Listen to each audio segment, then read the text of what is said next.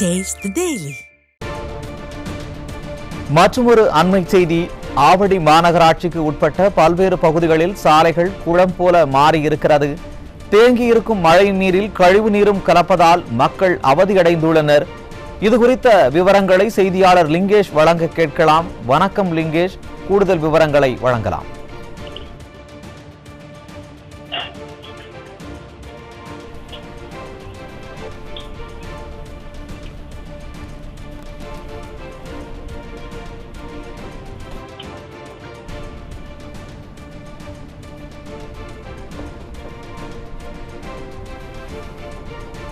ஆவடி மாநகராட்சிக்கு உட்பட்ட பல்வேறு பகுதிகளில் சாலைகள் குளம் போல மாறியிருக்கிறது. தேங்கியிருக்கும் மழை நீரில் கழிவு நீரும் கலப்பதால் மக்கள் அவதியடைந்துள்ளனர்.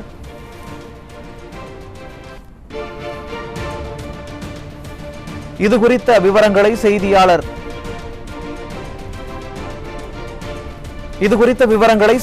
லிங்கேஷ் வழங்க கேட்கலாம். வணக்கம் லிங்கேஷ், கூடுதல் விவரங்களை வழங்கலாம்.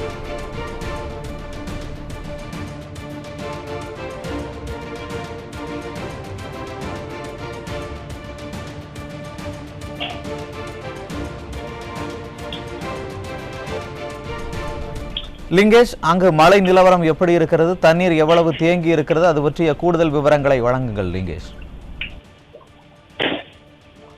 நிச்சயமாக, அதாவது தென்மேற்கு வங்கக்கடல் பகுதியில் நிலவி வரும் ஆழ்ந்த காற்றழுத்த தாழ்வு மண்டலத்தின் காரணமாக சென்னை மற்றும் அதன் புறநகர் பகுதிகளான திருவள்ளூர், காஞ்சிபுரம், செங்கல்பட்டு மாவட்டங்களில் மிதமான மழை முதல் கனமழை வரை பெய்யக்கூடும் என வானிலை ஆய்வு மையம் அறிவித்திருந்த நிலையிலும், இந்த நிலையில் விட்டு காலையிலிருந்து பெய்து வரும் மழையால் ஆவடி, திருமுல்லவாயில், பட்டாபிராம், திருநின்றவூர் போன்ற பகுதிகளில் 1 மணி நேர மழைக்கே சாலைகள் முழுவதும் ஆங்காங்கே மழை நீர் தேங்கி நிற்பதால் பொதுமக்களின் இயல்பு வாழ்க்கை பெரிதும் பாதிக்கப்பட்டு வருகிறது.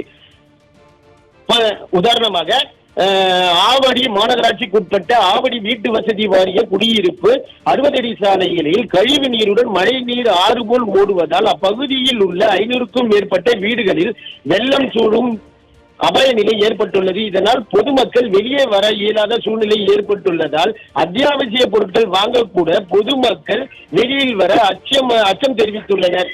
பொதுமக்களின் இயல்பு வாழ்க்கை முற்றிலுமாக முடங்கி போயுள்ளது. குறிப்பாக ஆவடி வீட்டு வசதி வாரிய பிரதான 60 அடி சாலையில் ஆறு போல் ஓடும் மழை வெள்ளத்தால் இப்பகுதியில் போக்குவரத்து முற்றிலும் துண்டிக்கப்பட்டுள்ளது.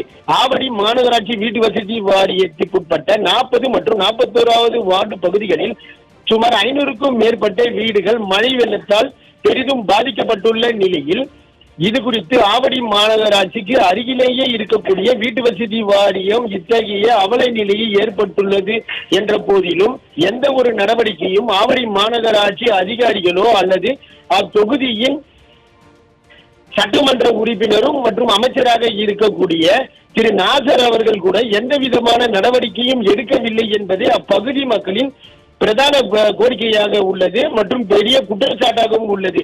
இதற்கு நிரந்தர தீர்வு காண வேண்டும் எனவும் ஆவடி வீட்டு வசதி வாரிய பொதுமக்கள் கோரிக்கை வைத்து வருகின்றனர். விவரங்களுக்கு நன்றி லிங்கேஷ்.